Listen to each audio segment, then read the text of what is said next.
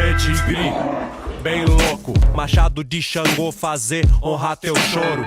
Oi gente, tudo bom com vocês? Pra quem não me conhece, meu nome é Beatriz Bueno e hoje eu vou falar mais um pouco sobre a questão dos pardos e mestiços no Brasil. Pior do que o negro e pior do que o índio era o mestiço. O mestiço era um ser degenerado que tenderia a desaparecer na competição com os mais aptos, que seriam os brancos.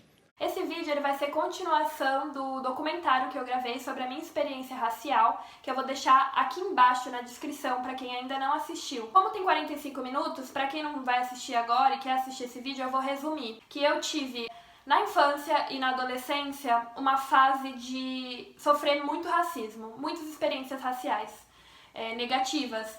E depois, com o crescimento, né, da afirmação das pessoas negras do Brasil, eu sofri uma experiência de exclusão, deboche, também sendo chamada de branca, né?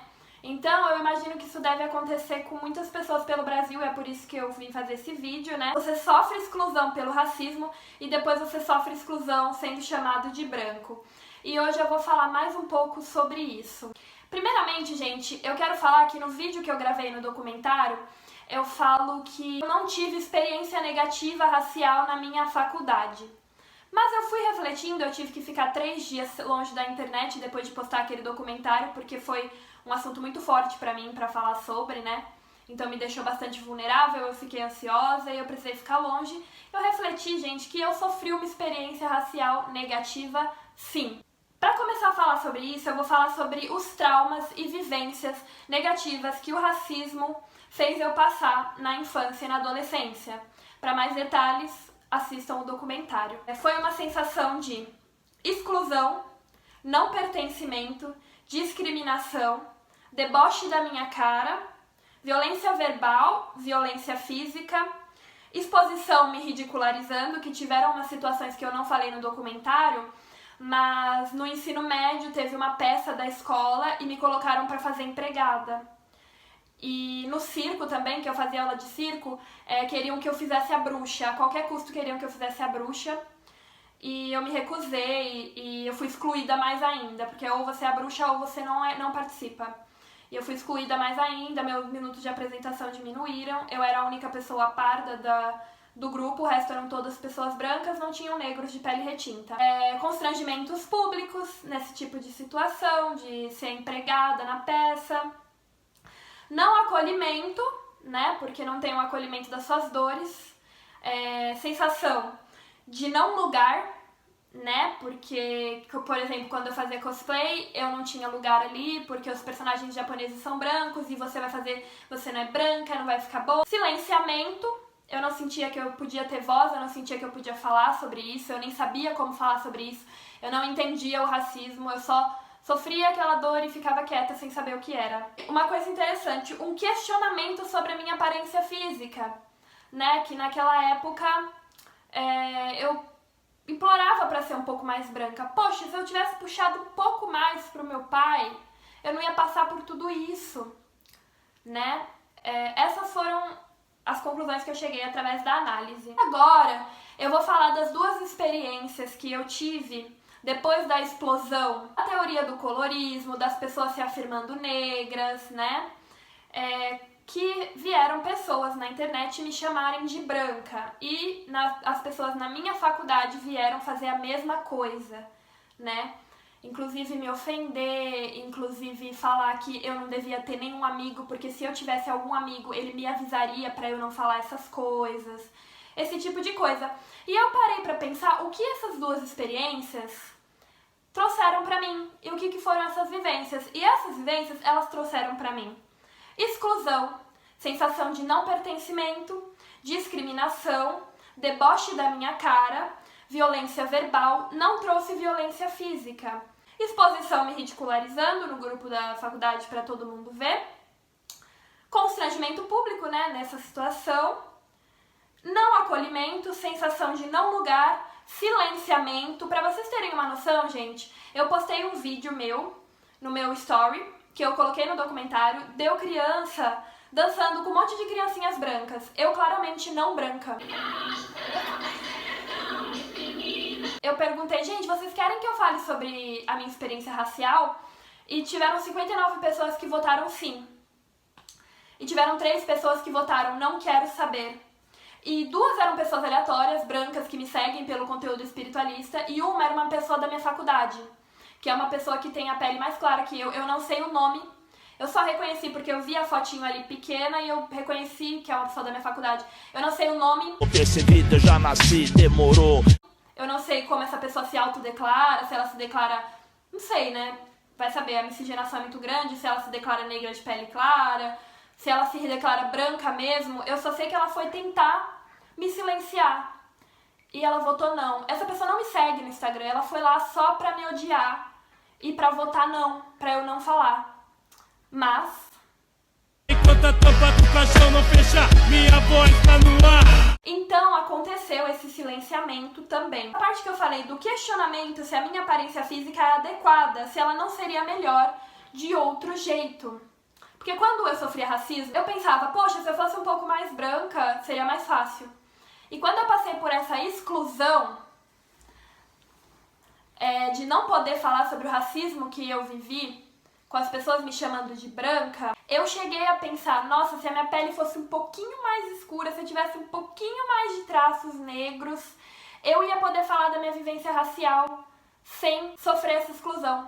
Eu ia passar por tudo que eu passei, iam me chicotear, me chamando de empregada, com apelido de empregada, iam me colocar de empregada na peça da escola, iam fazer discriminação da cor da minha pele. Eu ia ter todas as vivências que eu cito no documentário, mas eu ia poder falar delas sem ninguém questionar. Eu ia poder falar delas sem as pessoas falarem que eu sou branca, né? E então eu cheguei a questionar a minha aparência. Igualzinho eu fiz quando as pessoas eram racistas comigo, né? E eu percebi que essa exclusão que acontece com os mestiços, ela é muito dolorida e ela é muito pesada, sim. E a gente tem que falar sobre isso. Essa sensação de você achar que o seu corpo é inadequado, que o seu corpo não tem lugar, que o seu corpo deveria ser diferente, ela é muito violenta, né? Então, é óbvio que existe a pigmentocracia, de que quanto mais clara é a pele da pessoa, ela vai ter privilégios sociais. Isso é uma verdade. Mas tem essa outra forma de opressão, que é pior, é melhor, é mais ou menos... Não importa, não é comparativa. Eu só estou expondo uma forma de opressão e silenciamento que dói e machuca, né? E que não elimina o fato da pigmentocracia existir e de os pretos de pele retinta sofrerem mais do que as pessoas claras ou mestiços em vários sentidos e em vários âmbitos sociais. Isso é uma verdade. O que eu trago aqui não elimina essa verdade, ok? Em algumas situações, as pessoas de pele retinta são mais excluídas, né? Não são vistas e tem o lugar de fala deles. Mas, por outro lado, e eu peço que você abra o seu coração para ouvir isso, se você é uma pessoa retinta, você não precisa gravar um vídeo de 40 minutos falando e revivendo as suas experiências racistas para provar para as pessoas que você sofreu racismo, para provar que você não é branca. Porque isso é uma violência muito forte. Vocês entendem? Eu tive que reviver todas as experiências raciais negativas. Eu tive que me expor e ir e falar, não sou branca, pra eu poder ter o meu lugar. Tá? Sempre que tiver um pardo, o pardo o que que é? Não é aquele negão, também não é o branquinho, é o moreninho da cor dele. Esses caras, tu tem que desconfiar de todos que tu conhecer. Essa cor é uma mistura de uma raça que não tem caráter. É verdade, isso é estudo. Todo pardo, todo mulato, tu tem que tomar cuidado. Não mulato tipo o Pedro. O Pedro é tipo pra índio. Tipo chileno, essas porra. Tô dizendo o mulato brasileiro, entendeu? Os pardos brasileiros. São todos mau caráter, não tem um que não seja. Outra coisa é que, assim, o movimento negro da minha faculdade, eles fazem trabalhos antirracismo direto, eles fazem exposições, eles fazem um monte de coisa e eu nunca fui convidada. Eu nunca pude falar sobre isso. Nas festas eles enaltecem as pessoas negras, elas são as mais lindas. Elas têm o lugar delas ali, entende? As pessoas mais retintas ou as pessoas que são miscigenadas, mas não chegaram a um ponto de serem consideradas pardas, ainda são consideradas negras. E aí todo esse trabalho, ele traz o quê? Acolhimento, ele traz sensação de pertencimento, ele traz uma sensação de cura. Você vê o coletivo negro da faculdade, os rolês, as pessoas se juntando e falando sobre as próprias experiências e se amando e se empoderando, pretos e pretas estão se amando. Isso traz uma cura. Enquanto as pessoas pardas e mestiças e miscigenadas iguais a mim foram excluídas, estão sendo excluídas e tratadas como se fossem o opressor branco, sendo que tiveram experiências de racismo muito traumáticas, assim como as que eu tive e relatei, e tenho que ficar batendo na tecla, e tenho que ficar vindo e falar, olha, não sou branca, não sou branca. Isso é bizarro, cara, eu nitidamente não sou branca, né? Mas essa é uma violência. Vocês entendem? É uma violência isso, né? Uma coisa, gente, é você ter uma pele negra, uma pele retinta, você chegar em mim e falar, você não é negra, vamos conversar, né? Porque eu sou negra de pele retinta, eu sei o que é ter o cabelo crespo, eu sei o que é ter a pele mais escura, então a gente vai conversar e você vai refletir, porque você tá fazendo uma afirmação que eu acho que não é verdadeira. Vamos conversar? Tudo bem você fazer isso.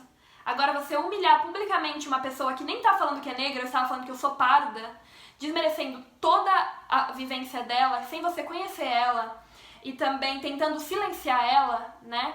Porque é isso que o hate, o trabalho do hate é pra tentar te silenciar, é pra tentar calar a sua boca. Não entende o que eu sou, não entende o que eu faço, não entende a dor e as lágrimas do palhaço. Vocês podem odiar o que eu falo, vocês podem não concordar. Isso é muito natural, né? Vocês podem discordar, vocês podem fazer comentários com argumentos que vão contra o que eu tô falando. Eu vou adorar ler, mas vocês não podem me impedir de falar o que eu vim falar, porque isso é antidemocrático. Você só pode tentar impedir alguém de falar algo quando aquilo que essa pessoa tá falando fere os direitos humanos. Quando aquilo que essa pessoa tá falando já é algo antidemocrático e o que eu tô falando não fere os direitos humanos. O que eu tô falando é sobre mim, é sobre a minha vivência. Se você tenta me silenciar, você tá tendo um comportamento fascista. Você tá tendo um comportamento antidemocrático. E você tá reproduzindo a forma como os nossos opressores são violentos com a gente. Você tá naquele pensamento do sonho do oprimido é virar o opressor. Entende? Ah, então você tá falando que você sofreu preconceito por ter pele mais clara. É isso que você tá querendo dizer? Que existe racismo reverso? Não é isso. Não é isso. Primeiro porque eu sou mestiça, eu não sou branca. E mestiço, como eu coloquei no começo do vídeo, não é supremacia. Mestiço não é supremacia. Vocês entendem? Segundo porque eu sofri racismo a minha vida inteira, desde bebê, né? Terceiro, que o que eu tô querendo falar, gente, é que vocês têm todo o direito de falar que eu não sou preta. De falar, não, mas o racismo contra mim, ele é pior. Sim. Mas nessa situação de exclusão e de não pertencimento, os mestiços têm as suas dores. E o fato de você ter uma dor que talvez seja pior, ou que seja diferente, ou que seja mais profunda, ou que tenha mais nuances, não pode silenciar a dor de outro grupo e de outra pessoa que tá buscando o seu lugar, que tá buscando se encontrar. Vocês entendem? Esse vídeo é para pessoas mestiças, esse vídeo é para as pessoas negras que ficam aí por aí xingando e compartilhando coisas, falando Essa mulher é branca! Cala a boca, essa branca! Cala a boca! Eu sei que vocês têm muitas dores, gente, eu sei. Mas vamos respirar fundo e perceber que a gente se comportando como o nosso opressor, reproduzindo a violência, sendo violento na nossa forma de colocar a nossa opinião, a gente não resolve nada. A gente tem que aprender a sentar, ouvir a dor do outro e acolher. Eu sei que tem pessoas mal intencionadas, que forjam cota, que fazem essas merdas, mas não são todas as pessoas. E antes de você apontar o dedo falando que outra pessoa é isso, você precisa ouvir ela. Você precisa baixar a sua guarda e ouvir ela. Enquanto a gente ficar lutando quem sofre mais opressão, você pegar a régua das suas opressões para medir as dores do outro, a gente vai falhar. E a gente vai viver brigando e ao invés de criar uma solução, a gente vai criar novos conflitos. Vocês entendem isso? E aí no vídeo de hoje eu vou fazer um convite para as pessoas mestiças e pardas que sofreram experiências parecidas com a minha, para você mandar um texto ou um vídeo falando da sua experiência, dessa experiência de ser excluído e de não ter lugar. Porque no próximo vídeo eu vou trazer a experiência de outras pessoas para falarem sobre isso, tá bom? E para finalizar, eu vou falar uma frase que eu vi num documentário chamado Marys, do Netflix. Não tem a ver com negritude o documentário, mas essa frase eu sinto que ela capta essa mensagem que eu quero passar para as pessoas mestiças e pardas, tá bom, gente? Ouçam com atenção porque é muito lindo.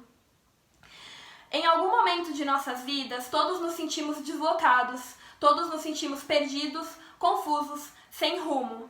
Todos nos sentimos sem ter para onde ir. Mas cabe a nós criar o espaço a que pertencemos.